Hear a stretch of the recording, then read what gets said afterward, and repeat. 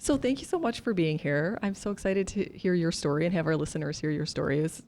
I was watching some of the videos and interviews you've done. It's just amazing and super inspiring. So, well, thank you for inviting me. I was very excited to get to see you again and also to have this conversation. So thank you. Great. Well, why don't you tell us what you're up to today? Okay, well, what I'm up to today is something a little different than what I was up to for almost 28 years, which is, I had a great career at a place that I loved, and you and I have talked about that. And I worked for BMO Financial Group for 27 years, going on 28 when I decided to leave. Wow, and, that's amazing, which I want to hear about that too. Yeah, so like what I'm doing today is probably a lot of, I don't know exactly what I'm doing today in the sense that I've always worked in a corporate job. I've always worked in a big company. And I decided that I'd been doing a lot of motivational speaking on the side. And I decided, you know what, I was getting so much great feedback and I was learning so much about myself. Yeah. And I felt like giving of myself in a way that was probably returning maybe more for me than for the people, I don't know. But I started thinking, hey, you know what, if I don't make a decision, I'm heading towards 50. So in June, I turned 50. And so maybe that was one of the things. And I thought, you know what, if I don't go now and pursue other things, then maybe I won't. And so I had that discussion with myself. Do I feel like I want to do this? And I had a little health scare, not MS related, which is interesting, but I had a double pneumonia that put me in isolation at Northwestern Hospital. And at first they thought I had tuberculosis. Oh my goodness. Yes, which I thought, tuberculosis, did that not lose popularity? The plague, exactly. It was like gone. So apparently there was a little resurgence of that. Luckily, I did not have it, but I think 6 days in isolation gave me the personal freedom to think about. Self-reflection time. Self-reflection all by myself. A lot of Dr. Phil and other TV shows during the day, but all kidding aside, it gave me a chance to think about what do I want to do for the next 10 or 15 years. Yeah. And so I decided that, you know what, I think I'm actually a corporate hippie. Okay. And that's what I thought, you know what, I need to go and be and just be. Yeah. And so I decided that I would go back to work in the summer and I would explain this idea I had, which I think at first my amazing coworkers and leaders said, why are you doing this? Yeah. And what is this about? You have a great job. Yeah. And, right. And I did. I had a great job and I still absolutely love the company and I'm in touch with all the people and I still have all my bank accounts there and I'm still a huge advocate. Yeah. But I am also extremely excited about just embracing this corporate hippieism. Okay. So say more about corporate hippieism and what that means to you. Okay. So I'll give you, which I don't even know if I've ever shared this story before, but my best... You're hearing it here first. Hearing it here first. My best girlfriend, Cecilia Rhoda, she lives half the year in Maui. And that's not too bad. Yeah, it's not too bad. And she is seriously a hippie, right? And she lives in Maui and she lives in Paia, which is a town that has some really beautiful, amazing people that are super creative and live a very different lifestyle. Simple. Very simple, very organic, very connected to the earth and very spiritual. And I feel like I could go there. Yeah. And you know, you would love it. And so many years ago, I spent a week and she said, just shake your corporate executive job and just pack your bag and fly in your bathing suit. And when you land, we're going right to the ocean. And I literally put my bathing suit on under my clothes, flew to Maui. We land. She's there with a bottle of wine, 2 glasses in her pickup truck, and we drive to the beach and I jump in the ocean. And the whole week I basically had a wool hat on my head and I was wearing just, one kind of very comfortable dress. And every day I just put on my bathing suit. Yeah. And I really had no makeup on, no anything, limited cell phone, just really embraced what Maui had to offer. And interestingly, about 6 days, maybe I was there a week and a half, 6 days into it, a number of people we'd been seeing every day said, so what do you do in Chicago? Are you an artist? Yeah. Or, are you yoga instructor? Exactly. Are you, and I said, well, no, I don't do any of that. And my best friend said, she's a corporate executive with a bank. And they thought that was so funny. Yeah. And they were like, you? So it was interesting because I had allowed myself to just, again, be. Yeah. So talk about what your normal day life was as an executive. So the complete antithesis.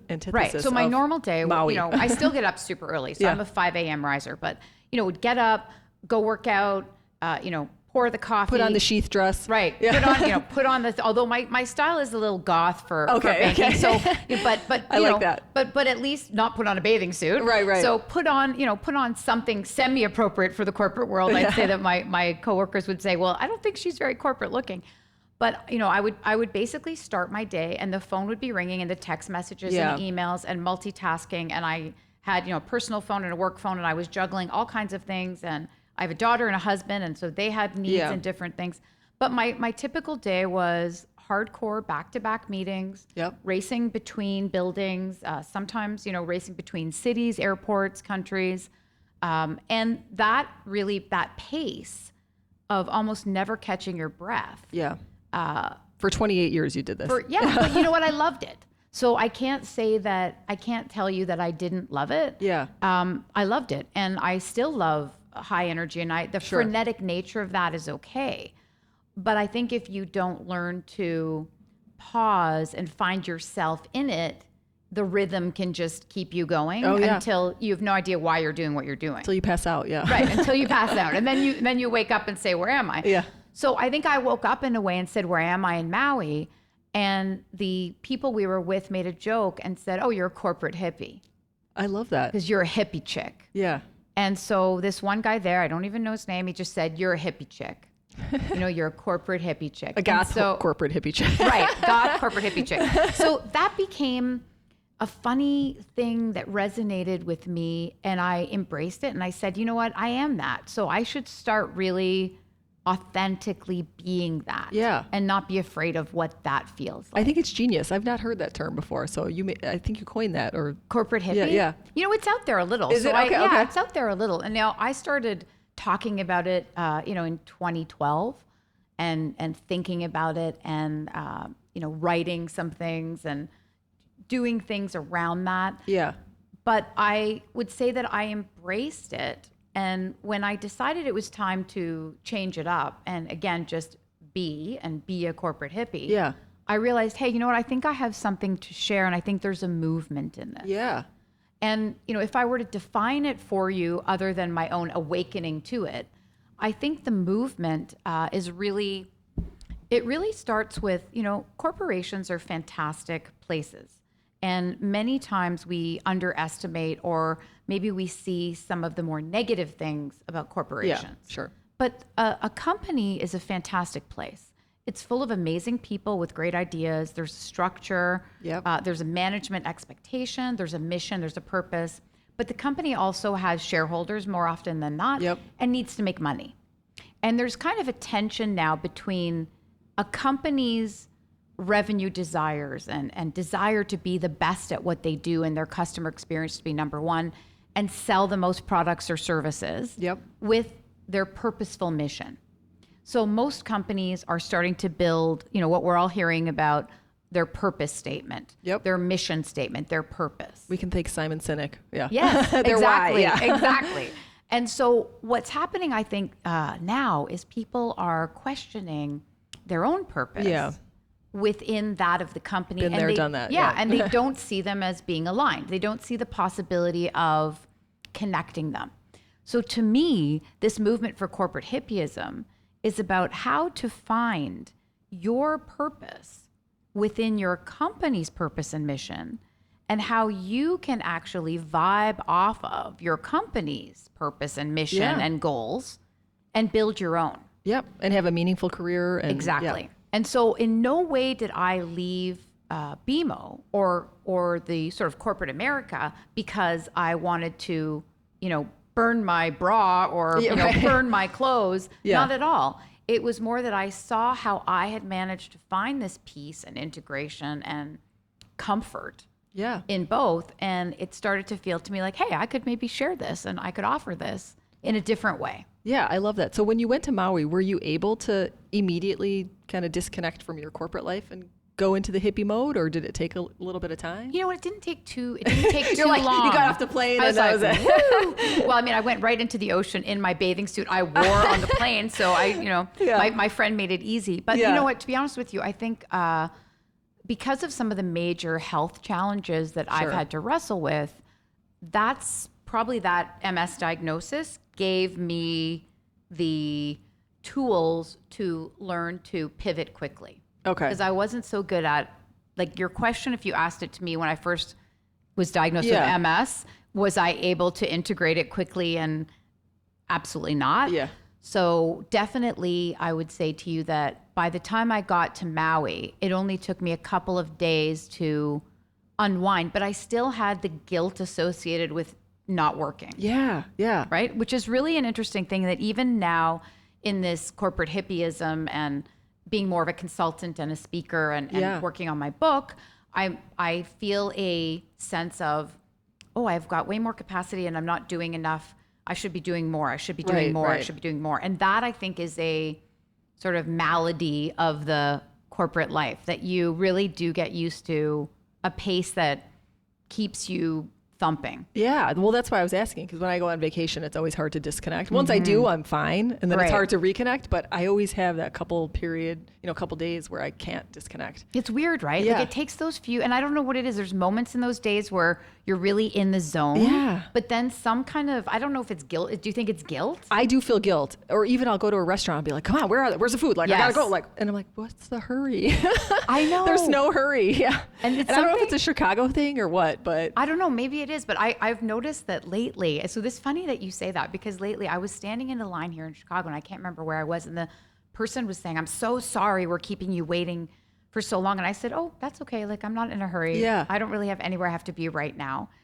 And it was the most freeing, enlightening. liberating. Yeah. I was you like, could just be a nice human. Yeah. wow. I mean, I'm not in a panic. Yeah. So I think there is something also within this movement of becoming a corporate hippie that's about embracing the gentleness of life. And that doesn't mean you don't perform. Right. So in no way does that mean you don't get into work and give it everything you have and suddenly you're in slow motion. Sure. But it's, are you actually taking the time to reflect, appreciate, have gratitude for things? Yeah. And I recently went back to BMO to make a deposit, my first small business deposit. I was pretty happy. That's exciting. And so I walked in the building, and the smell of the building and people saying hi to me and the familiarity. Yeah. I thought, wow, you know what? I'm so grateful that I have this still and that I had this. And I questioned myself, did I really appreciate it while I was there as much as I could have? Yeah. I love that perspective, and I'm definitely learning that, and it's a work in progress for myself even, Me but too. I love that perspective. So you mentioned the MS diagnosis, so I definitely want to touch on that a little bit, and I watched some of your videos and keynotes about it, but just tell us a little bit about your journey with that and the diagnosis. So I'll give you a bit of a backstory that I think leads to why I maybe confronted the diagnosis the way that I did in the beginning. But so in high school, I had a boyfriend, and we went to college, and we got very serious. And he basically told me, you're the only one, and we're going to get married. And 3 weeks after my 21st birthday, and after that romantic evening out, he died in a car crash. Oh my goodness, I'm so sorry. And it was, it was really, really tough. And it took very young. It took me a long time to get through that loss. Yeah. And I bring it up only because I then met my husband now, who's a wonderful person, and we dated for a really long time because I think I was, very shy to put myself out there again. And so I was very like, no, I don't want to get married. Yeah. No, I don't know. And so I was very difficult. Thank God he hung around. Yeah. I was a tough sell. Good job. Yeah. Yeah. Good job on him. But I realized that when we got married, it was tough because I was like, wow, I can't believe I'm getting married. And I think in the back of my mind, I had a lot of, I really need to give the best of myself now. I don't know what that looks like. And I had forbidden myself from imagining my life. And so who knows if the stress of that and other things made it difficult. But I was in New York. I was working. I was on the top of my career. I was finally thinking, here I go. I'm going to finally hit the executive ranks. Everything was going well. I married a great guy. And, my life was, once again back on track. And I felt like, okay, I'm in the groove. And while I was in New York, do you remember Spanx? Like, oh yeah. Okay. Yeah. So do you remember Donna Karan? Like when Spanx came out, before that, I should say, do you remember Donna Karan's support hose? Yes, vaguely. Okay. Yes. So Donna Karan's support hose was what I was wearing that day. And I thought, oh my God, I'm sucked into this thing. And I feel like I'm losing the feeling in my legs. Yeah. But when I took off the hose and I was rushing to get ready for a big event, because I was at the World Economic Forum when it moved from Davos to New York in solidarity after 9/11. And I realized, wait a minute, something's wrong with my leg. At first, my foot went numb, so my toes, my foot. Oh my goodness. Up my leg, into my back. And by the end of that weekend, I was in the hospital and I was being told, you have one of four things. Sign these papers. You have one of four things. Tumor in your brain, a mass in your spine, lupus or MS. Oh my goodness. And I'm like, what? So I'll go back to what I said. I paused because I thought, but wait, my life is finally on track. Yeah. So how can I have just gotten married and thought I was in the right place again, and now I have one of these four absolutely terrifying illnesses? So I kind of quickly said, well, you know what? You're a survivor. You've made it through a lot of very strange things in your life. You're here now. Whatever this is, you can deal with it. This is the self-talk I was doing. Yeah. You're going to be okay. I don't know what this is. I was terrified. Very good self-talk, by the way. But I was just like, I was panicking. Yeah. And so the doctor repeated what they were saying. And I said, okay, well, I'll take MS. And the doctor's like, what? No. It's not an a la carte menu. Game show, right. And I said, no, you know what? Those other three things sound horrible. I don't know what MS is. So if it has to be one of them, that's the one I want. Yeah. And I kind of started laughing because I didn't know how else to react, because it just seemed to me impossible that I could be yet going through another major thing. Yeah, yeah. And so sure enough, that was the diagnosis. And I was paralyzed for several weeks. Oh my goodness. I eventually started to get some feeling back, but I walked with a limp. I was very tired. I went through all the things that a newly diagnosed person goes through. And I found it very, very difficult mentally to accept, because I really felt I was broken. I felt that people were going to judge me and no longer think that I was as Superwoman, capable. yeah. Right. And I was really scared that people would find out. Now, our incoming CEO at the time was a vice chair, and I was working very closely with him, and he knew the diagnosis, and he was a great support to me, and I've often talked about him. His name is Bill Down, and he was a absolute rock for me. And when I felt like I was going to give up, and I said to him, I don't think I can work with you anymore or do this job, and I think you should just sort of give up on me. He said, listen to me. Your work product is exactly the same. Nothing about your work product has changed. You only feel different, but you are the same person. And those words at the time, they resonated with me, but they still felt hollow. But I've repeated that line many, many times to many, many people, because I think in that moment, when we're going through our worst, we forget that we are the same person with all the capabilities that we've always had. But when a health issue or something like that strikes us, we feel different, and therefore we think we're being perceived differently. Yeah.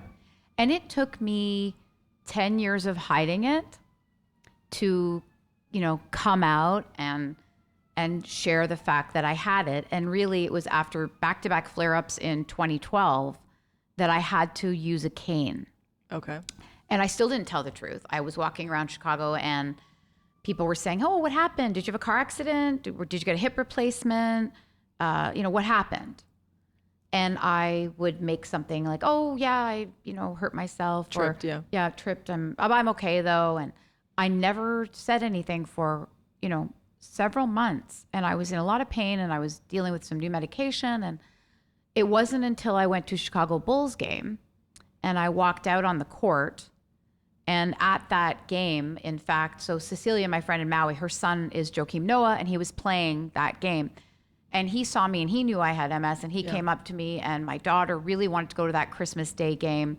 And he said, how are you feeling? And you're tough. You're going to get through this. He'd always say that to me. You're tough. You're going to get through this. Yeah. I have so much admiration for him because he is tough and he can do, just about anything. So I realized in that moment, some of the other players that were his friends said, hey, you okay? What happened? And I don't know what happened at that game that the camaraderie of the people there and Michael Reinsdorf and his team, they all said like, hey, what happened? Are you okay? And there was so much concern and I'm going to say love. I was going to say you could feel the love. Yeah. You could feel it. And it felt safe to. It felt safe. And they're the first people I told. Oh, wow. And I said, well, actually, I have multiple sclerosis. And you know what? I remember the shock of, people's faces. And the one thing that really struck me and hit me was that they said, hey, you know what? Like, I've known you for a long time and I didn't know this about you. Like, and it's almost like they felt betrayed. Yeah. I was going to say that because they've known you for so long and you didn't disclose and they would have been there to help and it wouldn't have changed their opinion of you. And right. So I could see them saying that. Yeah. But it probably didn't dawn on you in that way. No. And the thing is that if I can sort of share one thing with people, it's, we spend a lot of our energy hiding stuff and trying to act like we're all perfect and, things haven't happened to us and our lives are perfect. Our marriages are perfect. You can thank Instagram for that. Yeah. You can thank Instagram and the gram. Yeah. And I realized in that moment, wow, you know what? I've really shorted myself. Yeah.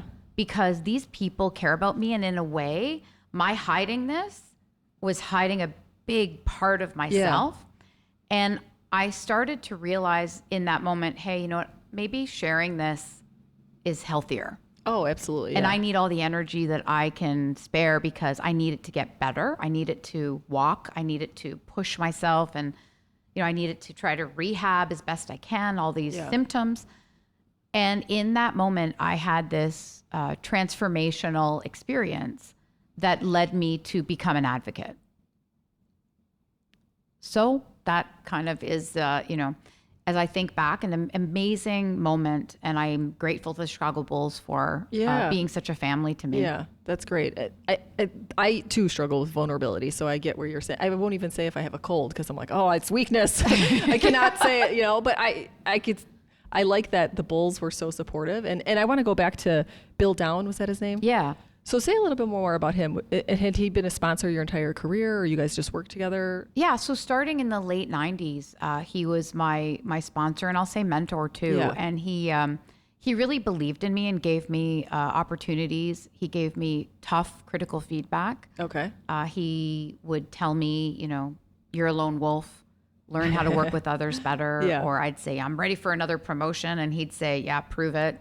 We need to see cycles of it. Raw potential doesn't translate to capability until we see that you can repeat behavior and that you've got that kind of experience and knowledge. So he was never afraid to tell me the truth, and I'm a tough customer, so he was tougher than me, I guess. So I learned a lot from him because he supported me both as a professional, but also as a person. Yeah. And I think if it wasn't for his belief in me, career-wise, through my MS, I likely would have taken myself out of the game. To be honest, I think I would have. Yeah, that's why I wanted to go back to him, because I was wondering, without somebody like that in place, would that be the obvious choice, is to just go and, hide under a rock somewhere? Yeah, I would say it would have been much easier without him and other leaders at BMO that joined forces with him to support me. Yeah. So I have to say that I'm grateful to them. And it's probably another reason that I believe a company can support you, because it's not the construct of the company. Companies have to make decisions that are very difficult. Yeah. But the people in the company are building real live relationships with one another. And whether you continue to work together or your lives take you other places, those moments, those experiences, that's like being in the trenches, right? And that's where you build lasting relationships. And I think I'm never shy to say how much he meant to me then and my gratitude for him today, and how much I have tried to give back that same spirit he showed me to others who are dealing with difficult times. Yeah. Well, he sounds like a great leader, number one. Great leader. Yeah. And so can you talk a little bit about, because you've mentioned it in some other interviews, about you having authentic relationships with your coworkers and why that's important to you as a leader, and you touched on it a little bit. So can you say a little bit more about that and why that's important to you? Yeah, maybe it comes from having been sort of hiding things for so long, that once I started to share these things about myself, I found that others started to share things too. Yeah.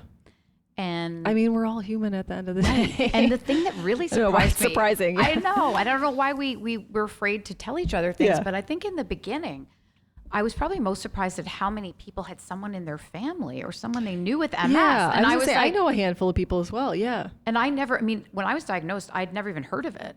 So I started to realize, and I think by the fact that I was sharing, what happened is people would say, my sister has MS or my mom has MS actually. And then sometimes they would say, my friend just got diagnosed. Would you be willing to talk to him or her?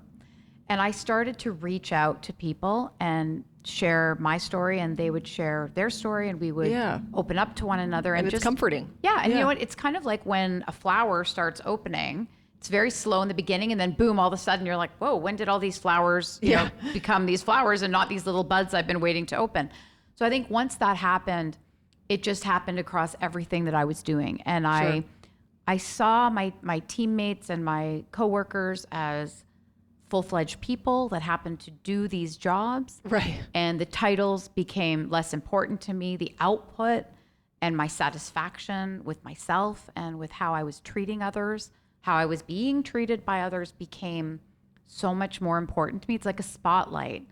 And I started working on very different things about myself. So whereas before the title, the climbing, the perceived achievements, sure, I still understood that, but it really became more about, am I contributing what I want to contribute, and am I giving everything I've got to this passionately? Am I in love with my life every single minute? And that became my motto.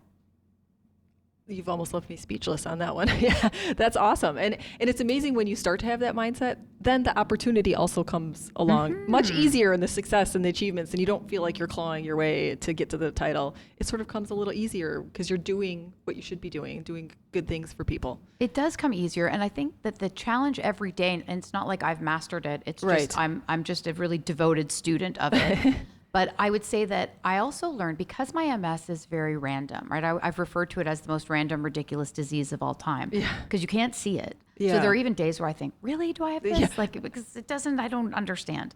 But there are days you wake up and you just can't function the way you normally would. Sure. And other times where just randomly something doesn't work. Your hand lets go of a glass and boom, it shatters all over the floor, and you had no warning it would happen.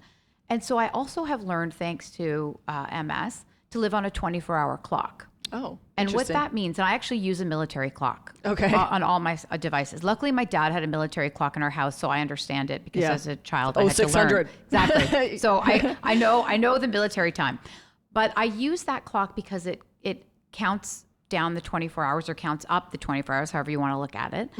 And I try to live each day's 24 hours absolutely fully, so that way, whatever is going on in that day, I embrace it, but with an attitude that right now you and I are having this amazing conversation that I'm so grateful for and having so much fun. But, notionally, I know the things I'm supposed to do the rest of the day. Sure. But they're subject to change until I'm in them. Okay. And why do I think that way? Because it's helped me deal with the way my MS can surprise me. And maybe it has to do with, the shock of the way Jim died in a car accident, or all these little things that have happened, or big things that have happened, that instead of sticking to a plan and seeing only that plan, I have a general idea of what my plan is, but it's always subject to change. It's very helpful also when you're at an airport. Yeah. Well, it almost goes back to the just being. Yeah. So just being. And so letting go of control a little bit. I mean, I've got the control freak gene, but just letting go a little bit of that and just being your authentic self and embracing whatever comes to you. Which is hard. It is. You know what? Because it's scary. And I've had a few people say, how is it, now not being in your corporate job, how do you feel? Are you scared? And I'm like, well. Because that was your identity for so long. Yeah. And I said, I'm not scared, but there are moments where I think, boy, why did I do this? Yeah. Did I do the right thing? Because I think it's normal to feel nervous when you're trying something new, or when you don't really know what's around the corner. But that's life, actually. Yeah, yeah. And so your time at BMO, did you go there right out of college? Or? I did. Yeah. So I was planning to go to law school, and then I think with the accident and losing Jim, and I had a very sincere plan. That's why maybe now I have no plan. Have no plan, right? I'm on the yeah. no plan. But I really had things very mapped out how my life would be. Sure. And I grew up in Canada, and I am now an American. So I always say born Canadian, American by choice. Okay. I was always fascinated with America, always wanted to be American. So that was one of my dreams fulfilled. And I would have to say that I probably in those moments while he was still alive, did not ever imagine leaving my hometown. Sure. So I had a very micromanaged idea of my life. And so when I no longer had him and no longer had the idea of law school, I had no idea. And luckily, a friend of mine's dad worked for Bank of Montreal at the time, which is now called BMO. Yeah. And he suggested I come and work in the public relations department. And that kind of got me back on track. So I started as an admin assistant in the public relations department. And then worked your way up. And then worked my way up to executive. Yeah. Yeah. So did you always stay in kind of marketing, communications, that realm? Okay. I did. I had the benefit of working a lot of mergers and acquisition, Marcom type things. And I had a lot of exposure to investor relations work and a lot of things that I would say got me deep in the business. I took a lot of designations around finance and financial services, which helped me to be a better marketer and helped me to understand the business better. Know the end consumer, yep. But I was never in love with the markets or financial services, but I was in love with the opportunity I'd been given. Yeah. And I think I was in love with doing well. So whatever it was I was doing, I just wanted to do it really well. And, I get asked, would you ever work for a bank again? I said, well, maybe BMO, but not another bank. Yeah, I was going to say that would be a betrayal. Yeah. I know. So, they're, a lot of people leave and go other places. And I said, that's just not in my nature. Yeah. So, I didn't go for financial services or imagine this type of career. And I think in the beginning, I was leaving all the time. So in my mind, I was like, well, I'm here for right now, but this is not what I'm going to do. And then 28 years later. Exactly. So it was, I kind of really thought in the beginning I was staying for 9 weeks. And that had sort of been what my friend's father, his name's Matt Barrett, and he was actually the CEO at the time. Oh, okay. And I just actually recently saw him, and he was another big supporter of mine in the beginning who said, listen, you have the ability to make it as far as you want to go. You just have to really apply yourself. And you have to see the opportunities, and you have to be willing to jump in and grab them. And I think, he put me back on track.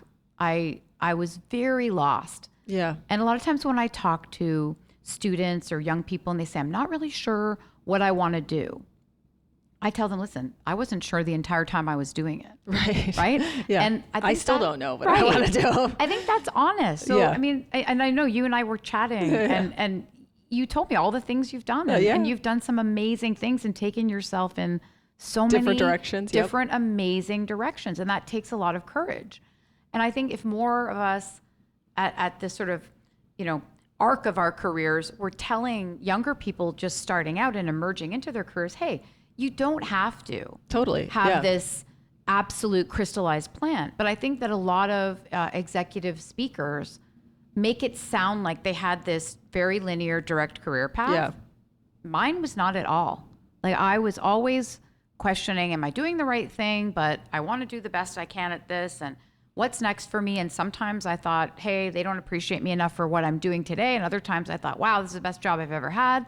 So that's just normal career stuff. Yeah, I go back to my high school and I tell them that I'm going to be an astronaut in 5 years or something with puppies. I have no idea. You probably will. I can believe it, you can actually. See that, you can see the helmet, Well, you're a natural storyteller, and so that's obviously an important part of marketing. Can you say a little bit more about that and how that helped you, I think, in your career at BMO? Because I've seen some of the interviews that you did, and you managed to tell a great story about the brand of BMO and the two banks coming together, and like so eloquently in such an interesting and meaningful way. And I don't think a lot of people could necessarily find that in, say, the financial services industry. Well, maybe it's just simply that I am naturally curious. Yeah. So I love to think about things differently in the sense of if someone's talking, I'm very interested in them. Yeah. So I never lost that childlike sense of, why are they saying that? Why? Right. Yeah. Why are they the doing Uncle that? Buck, I think of the Uncle Buck scene. Yeah. He's like, why? And I think I'm that person. I'm that why. And my poor father, I mean, he was a single parent, and I must have asked, but why is it that way? And why do they do this that way? And why do cars enter the freeway this way? And why does, I mean, and the poor guy, I mean, eventually I think he was just like, please stop asking. Yeah. But he always indulged me. And I think that allowed me to get enough information that I could imagine things. Yeah. I was a big imaginer. So I still imagine a lot of things. And I really have a lot of interesting stories going on in my head all the time. I was addicted to 70s television. So maybe, you go. Corporate hippie. Yeah. Right. So I think I watched a lot of TV. And back in the 70s, all TV shows started like, think about Love Boat. 15 minutes at the front. And if some of the listeners are like, Love Boat, just Google it. But all 70s TV sort of started with 15 minutes of establish the characters, 15 minutes establish the issues the characters were dealing with. The next 15 minutes, let those, resolution. Let those issues crescendo into the ultimate, oh my God, what are we going to do here? Final 15 minutes, everything's fine, everything resolves. Yeah. So I kind of grew up with a 1 hour attention span. But I really, even at that age, saw the way that the story was designed. Yeah. And I think it allowed me to listen to things with a framework. And that's what marketing is about, it's about telling a story in a framework and helping a consumer enter that story and want more. Yeah, I love that. Well, you mentioned at the start of this that you're approaching 50 and you had a little bit of a transformational shift in your thinking. Did you start to think about legacy and what that looks like? I don't know about legacy. Legacy is such a big word. Yeah. So, I mean, Which, by the way, 50 is very young. Yeah, 50 is young. And I don't take it as, oh my God, I'm 50. It was more, you know what? This is a milestone that I need to decide if I'm going to make a change. I'm 50 and it's 2020. So to me, those two things were symbolic enough that if you're going to do something different, why not do it with 50 and 2020? It just feels good, right? Yeah. And so I'm very not superstitious, but I like signs. I like to see things and say, okay, this might be meaningful for me. So I think that I won't say legacy, but I will say a number of years ago, Dalhousie University, where I got my master's, and that's the East Coast of Canada, honored me by giving me a Lifetime Achievement Award, which when they called me, I said, oh, do you mean volunteerism? And they said, no, lifetime achievement. Oh. And at the time I said, well, but I'm only 45. Yeah. And they said, yes, we know you're very young, but we really feel that the work you've been doing is very inspirational, which I was really honored and shocked and humbled. And I said, okay. And they said, and we think that people should feel that while they're still living their life. Yeah, I actually like that perspective, yeah. And, you know, it's interesting because another friend of mine, Susanna Homan, she's the publisher and editor of Chicago Magazine. At the time, she said to me, you know, what does this mean to you? And what are you going to do with this? Yeah. Which is, you know, a very journalistic, she's a good journalist. And I had to really think about it. And because of her question, I realized, well, you know what? It sort of inspires me to want to do more with the rest of my life. Yeah. That acknowledgement made me say, well, if they think I've already achieved something and I'm not really sure that I understand it, then I better work really hard to live up to what they saw in me. And so I would say that my hope now is that for the next number of years that I'm on the earth, that I will be able to do more sharing, more listening, and just keep following my nose down the road. And that's kind of what I think the corporate hippie movement is about. It's about finding that social consciousness inside yourself and learning how to apply it to your environment. So it's not about living on your own and leaving your company. Right. I felt that I needed to do that to share more of this idea of the movement, although I started sharing it while I was at BMO. Yeah. So it's not like I wasn't living that way. But I feel that if there's a legacy to be left, then maybe it will be that people working in companies will see themselves as corporate hippies. Okay. And you have a book coming out on this topic. I do. I'm working on my book. And when will we see that? Well, it's a good question because I'm now currently working to find a partner publisher. Okay. Which is a very exciting and interesting, intimidating experience. Yeah. So you will see that book, I would think, in 18 months. Okay.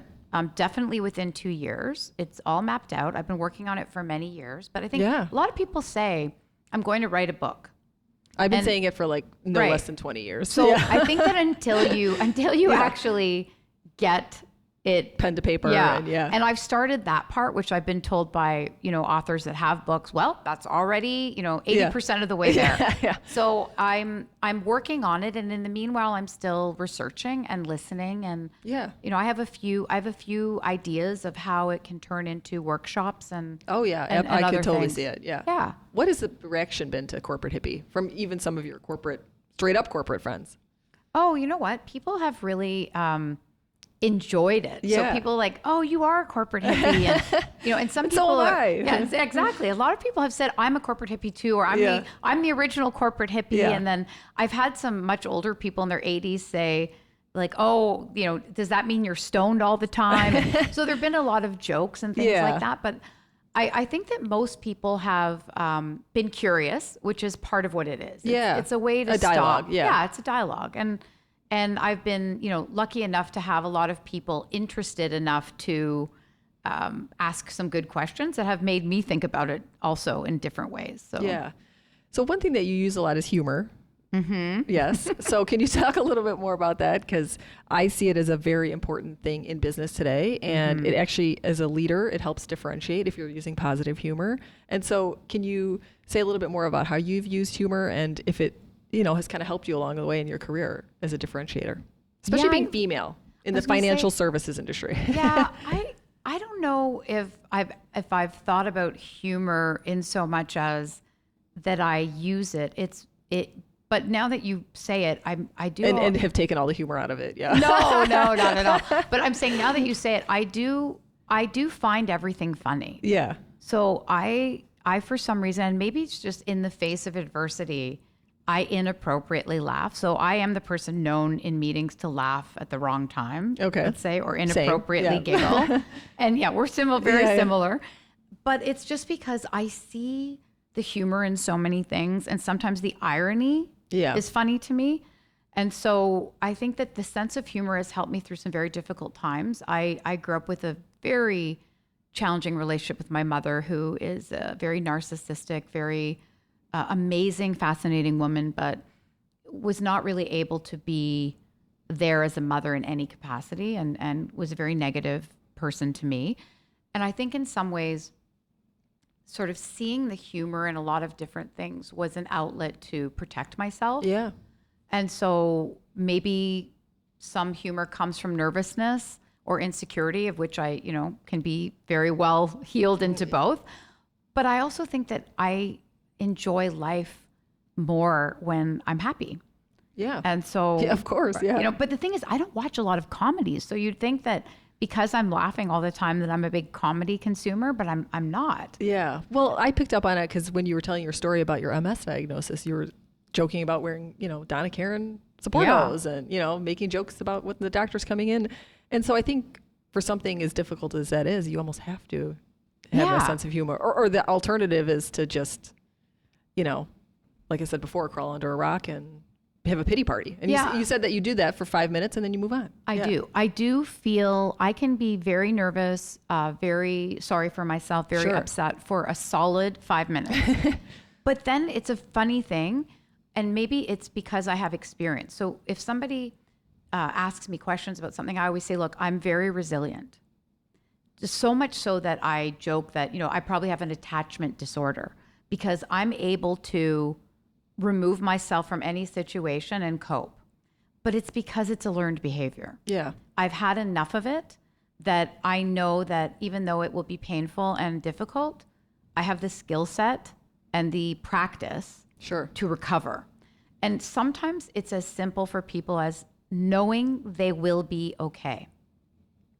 And I often will say to myself, don't worry, you will be okay. Yeah, you've done it before. Right. Yeah. But you have to say it to yourself. Sure. Like you have to actually self-talk. Don't worry, you will be okay. And there are times where even now, embarking on this whole new life of consulting and speaking and, working on my book, I have to say, don't worry, you will be okay. Because I was cradled in the arms of BMO for so long that it was a safe environment. Yeah. And so I think that anytime we feel unsafe, there is an aspect for me of humor. Now, mind you, I am also just laughing all the time in general, but in the dire moments, I find that humor is my go-to. Well, there's studies that show that people have had illness and, they use humor and it helps get them out of it, or police and nurses and the emergency room, they use sort of that gallows humor to deal with very stressful things that they're seeing on a daily basis. And actually, you bring to mind this funny story, but I was once in the airport in Montreal and I was pregnant with my daughter who's now turning 16. And I lost my footing. And with MS, this happens a lot. So I'm like a stunt faller. I'm a professional faller too. I can fall very gracefully. I'm like, oh. And so I don't know what happened. I slipped, but I fell. And when you're going through the TSA, there's, sometimes there's areas where people are very removed from one another and there's an open gap space towards those x-ray machines. Yeah.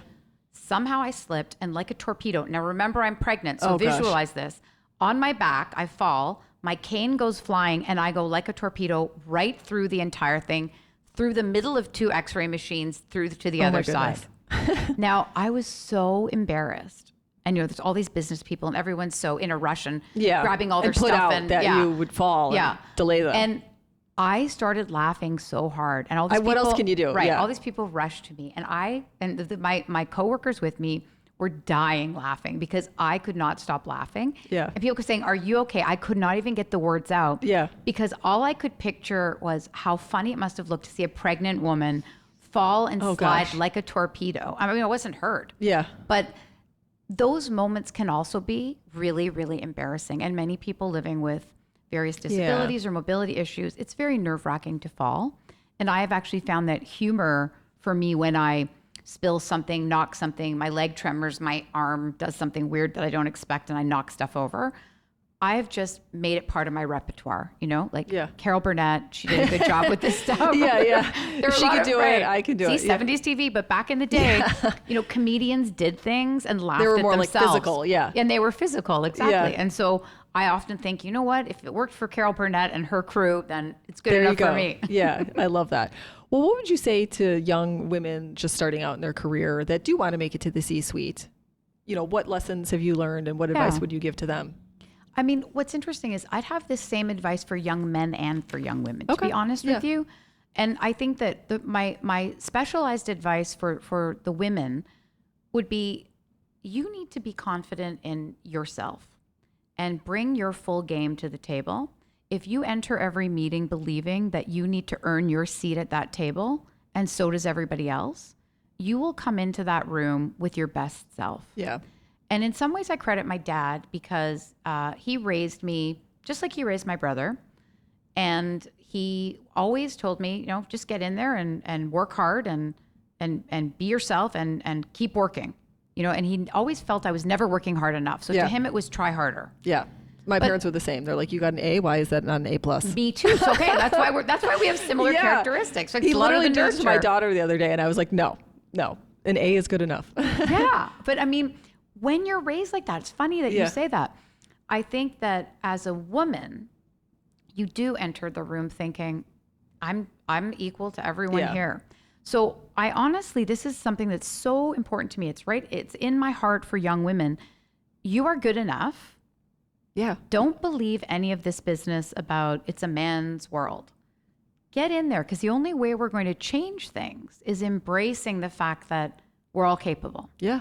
And I think the younger generations have a different mindset. Totally. Yeah. So they already think that way. And the young men and women work together very differently, which is very good and very good to see. But my advice to all young people is go in and try hard and be open to opportunities. Again, be flexible in your plan. Be willing to learn and understand what it is that you need in that moment, but also be willing to wait. So one of the toughest things right now, I think, is people see their big career ahead and they want it so immediately. And I was this way. Oh, totally. Yeah. Right? I was super impatient. And I always thought, like, I'm not appreciated enough and I could be doing more and I'm better than that person. And that's not helpful. No. You have to compete against yourself. So whatever it is you're doing, take your path and own it. Yeah. I love that advice. Right? Don't look left. Don't look right. look straight ahead, and whatever comes in front of you, consider it. And I think that's the thing is I know that I hear people say, the money isn't as important to me as what I'm contributing, but they're not letting me contribute. Who are they? Yeah. Right? So I have to say that it's important also raise your hand. So along my career path, many times I'd say, I can do more. I'd like to do that. And I'd say 9 out of 10 times I was told, yep, go ahead. Absolutely. Yeah. Right? Yeah. Now, the one time I wasn't might make me say, all right, then if this isn't opportunity isn't right for me right now, and I'm still hungry for more, and I feel I have capacity, then I'm going to try for something else, or I'll add something else into what I'm doing. I'd also say volunteer. The one thing that I think differentiated my career experience was my absolute passion and commitment to being involved in things in the city. Yeah. So get out there, and right away you're not going to be, chairing the board. Right. But get in there and start volunteering. And then you can find out what you like too. Right. Yeah. Yeah. And you learn. You feel connected and engaged, and you meet people. Yeah, I think that was all really great advice. Love that. So thanks for sharing. And then lastly, I did want to talk about another project that you have going with Star Jones. Yeah. This is really exciting. So first of all, Star Jones, for anyone that's I used to watch her. Yeah. She is phenomenal. This woman is unbelievable. I absolutely adore her. She is just capable at so many things. She's funny. She's smart. And we're very lucky because she fell in love with a Chicagoan and she married him. I don't think I knew that. Yeah. Yeah. Cool. And they live here, and she is now part of our city. So New York's loss is our gain. And she and I actually met at the Black Ensemble Theater, and we were both in Soul of a Powerful Woman. And we met and sat down beside each other. And a lot of people have said, oh my God, how did you have the nerve to talk to Star Jones? And I said, well, I don't know. She just seemed really nice. And we were sitting beside each other and chatting, and we spent the day together.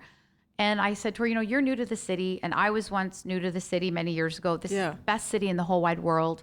And I'd love to, take you for lunch and help you meet people. Yeah. And I mean, she already knew, quite a few people, but this was a number of years ago.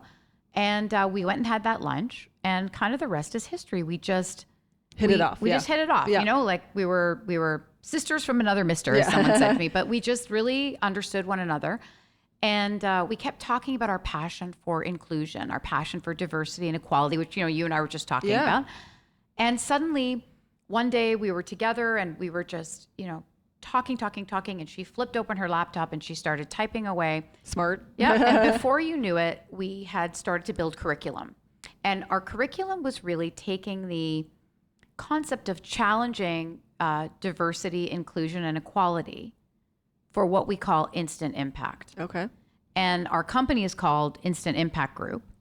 And the concept of challenging it is really that all companies have this diversity and inclusion mission statement, have policies, have programs, have employee resource groups. But a lot of times and that's fantastic because we need those things. That's very important. It generates the right awareness and it puts things on the map. Where people have felt that there's a gap is demonstrated behavioral change is not occurring fast enough or consistently enough. So the curriculum that we've worked on and put together really is about how to create those actionable behaviors out of that strategy. And we have different formats for approaching that in different ways. Mm-hmm. So we call those instant impact intentions, your 3 I's. And our goal is to work with companies and groups on helping them to work through the content they have and then create some of those actionable behaviors. Okay. And we've done it with a few groups. It went very well, and we've got, growing interest. Yeah. And it's something that, happened so organically for us. And she's somebody. You were passionate about it. Yeah, we were passionate about it. And she's somebody that's dealt with a big illness. She had a major heart issue and had to have surgery that was, they took her heart rate out of her body, which is alarming. Even though my brother's a cardiac surgeon, I still find it alarming. Yeah. And she is, she is the ambassador for American Heart Association. So this is her month. So she's been very busy supporting all of those initiatives and helping people, especially women, understand the symptoms of heart disease. Yeah.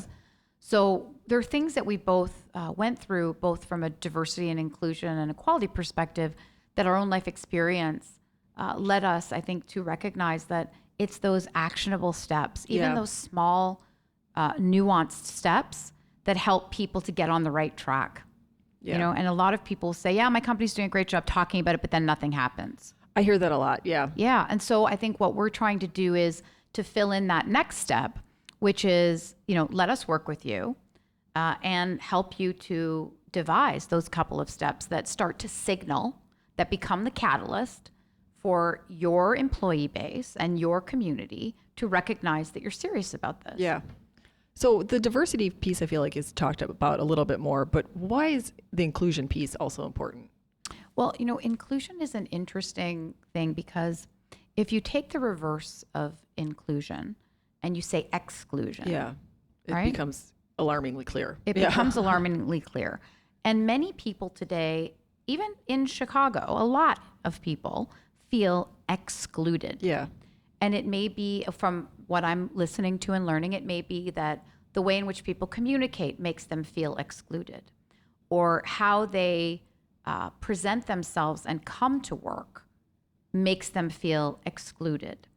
And in a lot of ways, those that are perceived to be excluding them don't even understand how their behaviors are limiting others. It's unconscious. It's unconscious. And that's why the term unconscious bias is, you know, so important. But when we start having also very open dialogue, and that's something that Star and I do. So one of the things we offer is, it's like a keynote where we interview each other, we have a conversation, and we address a lot of the questions that many people have, a white woman and a black woman. And it's funny because we met at the Black Ensemble Theater, and many people said to me, well, you're not black. And my reaction sometimes is, I'm not? You know, because of course I'm not black, but you don't have to be black to support the interests of black professionals or the black community or black artists. And I think those are some of the things that by taking an interest in people and situations that are different than you, that's already taking a step towards, I'm open to learning about this, and I don't know about this because I will never be a black woman. Right.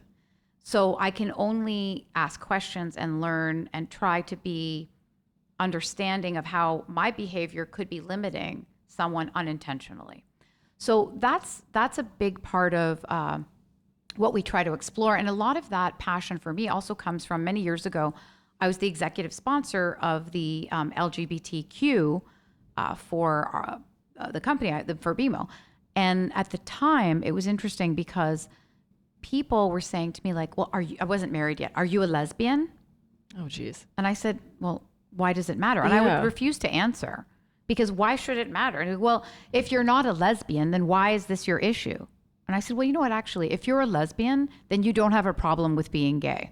Yeah. It's the people that are not lesbians that are creating the problem. Right, right. And I had this conversation one day with someone and they kind of, you know, furrowed their brow and looked at me alarmed. But I kind of, again, with humor, laughed and thought, I don't think when you are that person, you have a problem with yourself. Right, right. Right?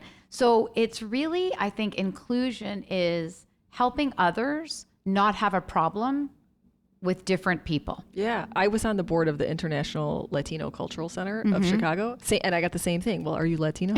I'm like, no, I have blonde hair, hazel eyes. Clearly not. But I'm interested. And, you know, I have family members that are from Mexico and I'm interested. So yeah, it's funny the reaction that you get. It is funny. And actually the affinity groups that companies have, many of them now will say, if you are part of or interested in, right? Yeah. So why should you have to be, you know, Latina or have to be black to be interested? And again, you know, this is a different world now. We have different cultures in our families. Our children are of mixed culture. Yeah.